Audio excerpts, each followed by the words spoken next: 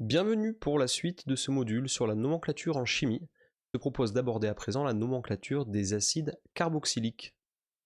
Alors, pour bien procéder par différenciation, par comparaison, je t'ai dessiné ici l'hexane, donc l'alcane linéaire à 6 carbone, et puis juste en dessous, l'hexanol, donc avec un groupe hydroxyle que j'ai placé ici en position 1, correspond donc à une fonction alcool, l'hexane 1-ol, hexanol. J'aurais pu placer ce OH en position 3, ça aurait été de l'hexane 3-ol.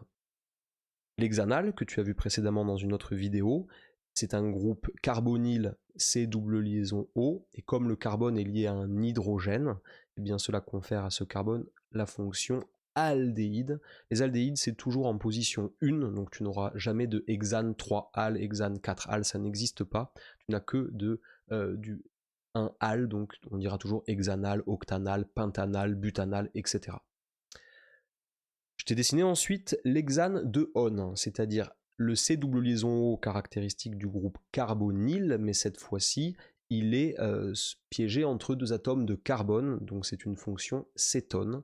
La chaîne carbonée principale est de 6 atomes, donc c'est hexane, et comme cette fonction cétone est en position 2, eh bien c'est de l'hexane de Hon. Et le nouveau venu, que j'ai dessiné en dessous, c'est l'acide hexanoïque. Eh bien, le groupe caractéristique, cette fois-ci, s'appelle carboxyle. Donc c'est un groupe carboxyle. Ce groupe carboxyle, c'est C double liaison O. Et le carbone porte également un groupe OH. Donc ça, c'est caractéristique d'une fonction acide carboxylique. C'est un acide carboxylique. Les acides carboxyliques, c'est comme les aldéhydes, c'est toujours en première position. Donc le carbone 1 ici, c'est forcément lui.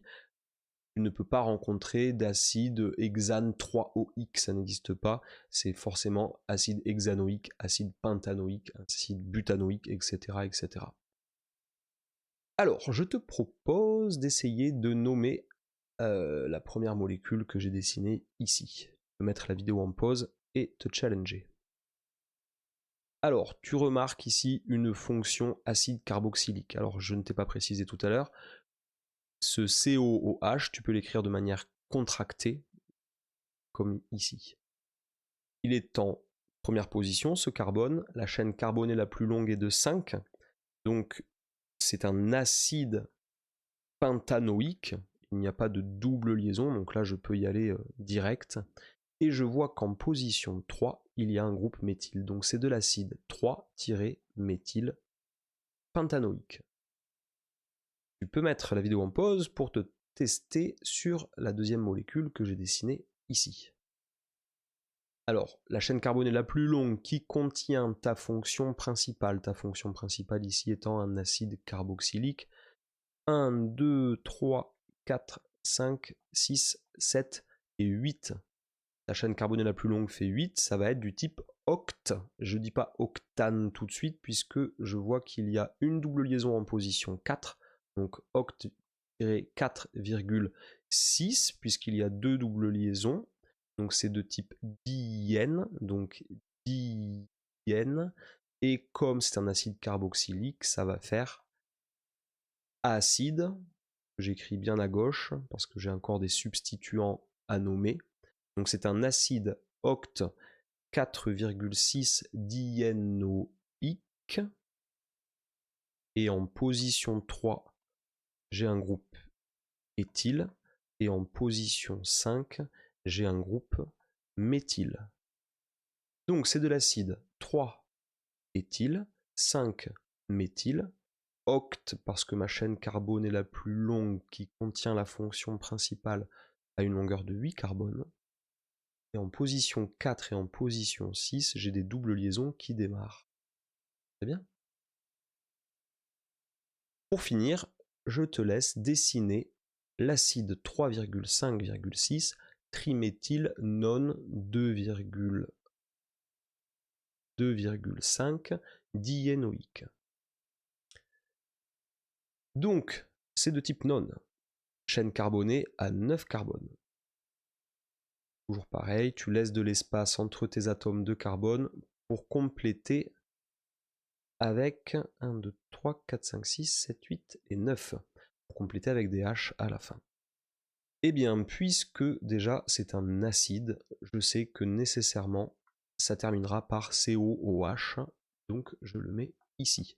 Je rappelle, j'aurais très bien pu mettre le COOH au niveau de ce carbone, il n'y a pas de sens pour numéroter ma chaîne.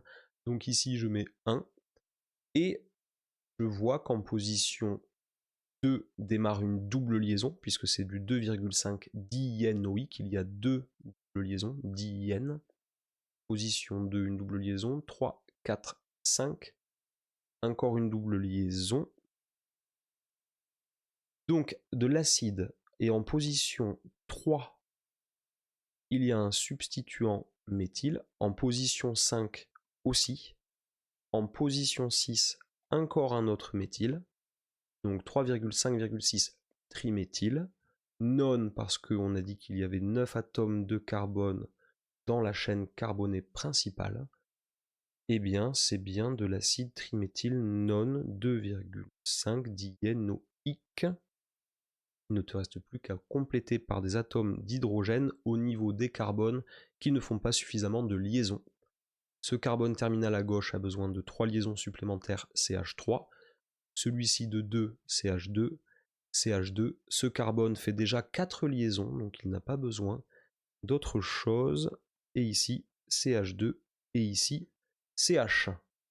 Eh bien, super. Eh bien, il ne reste plus qu'à faire la nomenclature des esters. Et puis, je pense que je terminerai ce cycle par une vidéo un peu challenge avec différentes molécules à nommer. Alors je précise que pour un niveau terminal, là, oh, je pousse un peu le truc, mais je trouve que la nomenclature, ça se comprend mieux si on pousse un petit peu. C'est-à-dire que tu restes pas dans la facilité avec des molécules qui ont plusieurs doubles liaisons. Là, c'est bien, là, ça permet de vraiment t'entraîner. Allez, à bientôt pour la suite.